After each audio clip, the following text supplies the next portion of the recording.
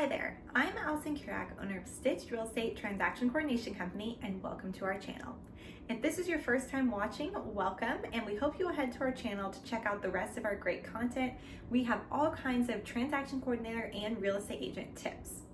If you enjoy this video, please be sure to like and hit the subscribe button below so you don't miss out on anything new we have coming up.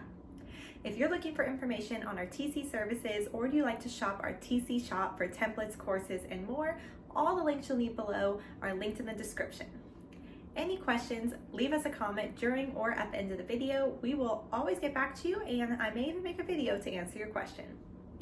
Now, with housekeeping out of the way, let's dive into the topic of today's video, which is 4 tips for transaction coordinators working with top producing agents.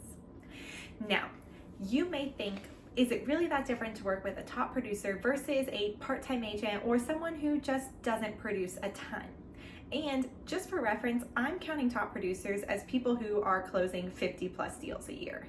I've worked with teams closing up to 100 deals a year, so there is all kinds of volume that can be done, and it really does take a difference from someone who closes 10 to 15 deals a year to someone who's closing 75 or more. There really is a difference in how they operate, and so we can definitely change our approach as TCs to better appeal to those type of clients. Now, any of these tips can also be applied to people who are not top or mega producers, but I did want to highlight some specific tips I found of working with top producing agents and teams over the years. I found some TCs in my coaching have been a little scared to work with a top producing agent or team, especially if they're newer or they don't have that many other clients and they're worried about taking on all that volume. But it is not scary. It actually is great, in a lot of ways easier as a TC, and we're going to dive into that now, and 4 tips to help you. All right, so the first tip I want to go over is more of something to be aware of and potentially something to do, which goes off what I just said of sometimes top producers being easier to work with than other agents. The reason for this is that they likely already have a lot of specific systems in place, especially if they've been a high producing agent for a significant period of time. They might have other team members in place, and therefore they've got all kinds of other systems that they follow or their team follows. They may have another admin, anything like that. So they probably already have very specifically documented the processes of how they like to handle their transactions. They may not have used a TC before, but I wouldn't be surprised if they've already taken the time to type out or write out what they want you to do, because they've had those thoughts of how you are going to work in their systems, because they are very system oriented. Now, this is a positive because you can basically get a checklist of exactly what they want to do and how they like to operate. If you are not flexible on your TC services at all, then maybe there will be a little bit of adjusting or conversations you'll have to have, but just be aware that they likely already have lots of systems in place that you can basically just jump into and plug into. Because of this, during this first tip, I'm going to recommend you set aside a little bit more time for an onboarding call than maybe you would with your average agent. If you're bringing on a top producing agent or a team, I would suggest setting out maybe even an hour-long onboarding call, and if possible, conducting it over Zoom or Google Meet or Skype. That way they can share their screen with you, and they may suggest this. That's what I've had happen in the past, but you can show initiative by also suggesting it as well. If you talk to them on the phone, they sound like they have a lot of unique processes and systems, say, hey, maybe we could schedule a time later this week or next week and do a Zoom call so you can kind of show me exactly what you're doing. They will probably be extremely grateful for this because they want to set you up for success and walk you through all of these things. So my first tip is just to be aware that it's not scary to take on all these systems because they probably already have them detailed and outlined for you, but also maybe set aside some extra time for onboarding and maybe try to schedule a face-to-face kind of Zoom where you can see the computers and they can show you things in detail.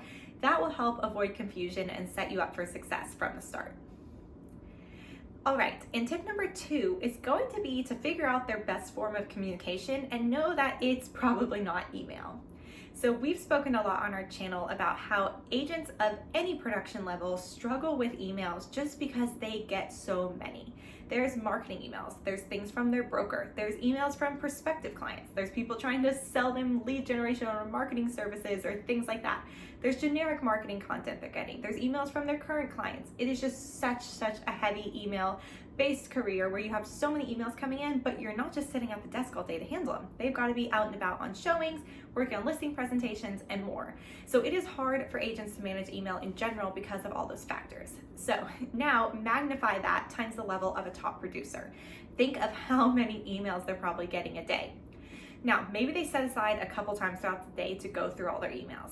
That means they may be able to address your emailed questions when they get to them, but I would advise you, well, definitely copy them on emails to the clients or vendors for transactions and things like that. If you just have a specific question for them, I probably wouldn't just send them an email. I would maybe try something like text, especially if it's an urgent item. If it's a non-urgent item, then tip number 3 is going to be a good example of a time to go over those with them. But if you're waiting on something at the end of the day, I'm going to recommend you text the agent. I honestly recommend this for all agents, but I especially want to highlight it for top producers because it can just be extra hard for them to keep managing their email inbox, especially with things that need to be addressed urgently. So you could also ask the client on their onboarding call, hey, if I have a quick question or a couple quick questions, should I just pick up the phone and call you? Do you want me to send you a text? If I email you some questions, is that a good way? So also showing initiative on that of the best way to communicate with them because you know they're busy can also help you go a long way in determining respect and setting up clear expectations. So just note that just emailing them a random question probably isn't going to be the best way to get an answer, especially quickly, but maybe have those conversations with them as well.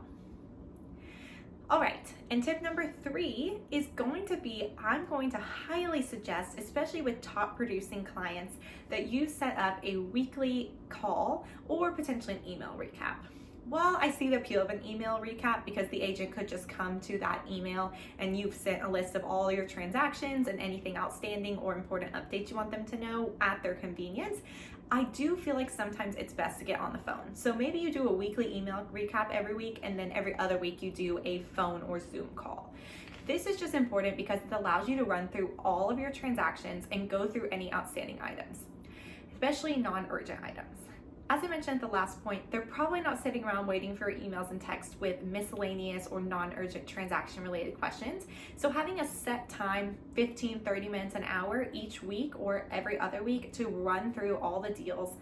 Plus, this gives you an opportunity to ask miscellaneous questions as well. As we mentioned at the beginning of the video, they likely have a lot of specific systems you'll be getting used to and maybe learning. And if you have those small type of questions like, hey, I know we went on over this in the onboarding call, but I just wanted to make sure I was doing this right. This weekly call or Zoom can be a great opportunity to go over that as well. So as you are working together, having a lot of deals, it can be good to sit down and go through them all one by one and also ask miscellaneous questions. So they will probably be really open to this. So I would suggest you ask them if they have available time to have a set weekly call where you both can sit down and dedicate the time to review all the deals. This not only allows you to ask all your questions, but they may have had conversations with the clients or the other vendors where little details have come up that they haven't updated you on yet. So this is a really great time to do that. It will help keep you streamlined and make sure you guys are both staying on top of your communication when they may be a little harder to get in touch with than the typical agent. All right, and tip number 4 is really going to just be that you're going to want to show even more initiative than you would with an agent with a lower production level. Agents performing and producing at this high volume expect a TC who is a fixer, someone who shows initiative. They don't want someone who's going to ask every single little question, especially for answers they could probably find out on their own. Now, if you have process-related questions specific to them or transaction-related questions, like I said, have a set time, like a weekly call that you can go over that with them, or send out a weekly email with all your questions in once so they can sit down and get to it at their convenience. But if you have a little question every time or every hour and you're texting them or emailing them and pinging them, you're really just bogging down their process when our role is supposed to be to make their lives easier. So at any agent level, I think this is important, but especially with high producers, know that they are going to expect you to be more self-sufficient. They're going to expect you to independently be able to do the tasks, to not ask them for every little thing. And they don't want to get caught up in really small back and forth or really small problems that you can go ahead and fix or like paperwork things. They really don't want to be involved in that. So make sure you are comfortable enough with your state, your processes, maybe their brokerage, their compliance systems, their systems, things like that, that you are able to, for the most part, function independently so they can do their thing and you can do their thing, you can do your thing, and then y'all can just come together once a week or so to convene on it. Now, this doesn't mean you should never text them or email them randomly because things will come up, but we want to show initiative, especially when we're working with top producers, because they just, quite frankly, don't have the time to sit and talk us through every little thing and every little question. Now, the last kind of disclaimer I want to make on that is if you have an issue or something in the transaction or on a paperwork document that you are actually not sure about or you think is a concern for the transaction, you should absolutely bring that to the agent's attention and escalate to them. They will always be thankful for that. We just don't want to harp on small questions that we could probably Google or find a resource in the broker system or something to get an answer to. But if we have actual questions about the terms of the deal, of a client issue, things like that with a buyer or seller, we can absolutely still bring that to the agent's attention. Even if it's urgent, we can text or pick up a call, or we could bring something up on our weekly call with them. It's really just that throughout the rest of the week, we don't want to be bogging them down with small questions. So, hope you enjoyed these top 4 tips to working with high producing agents. As I mentioned, it is not as scary as you may think, but you will want to make sure you're relatively comfortable with your state, different systems in your state and market area, brokerages, things like that, so that you will be able to work somewhat more independently than maybe with a smaller producing agent who has a little bit more time to work one-on-one with you. So I hope these tips make you feel more confident to go out and work with some high producing agents and teams. As I mentioned, any questions, drop us a comment below. Thank you so much for watching. Have a great rest of your day.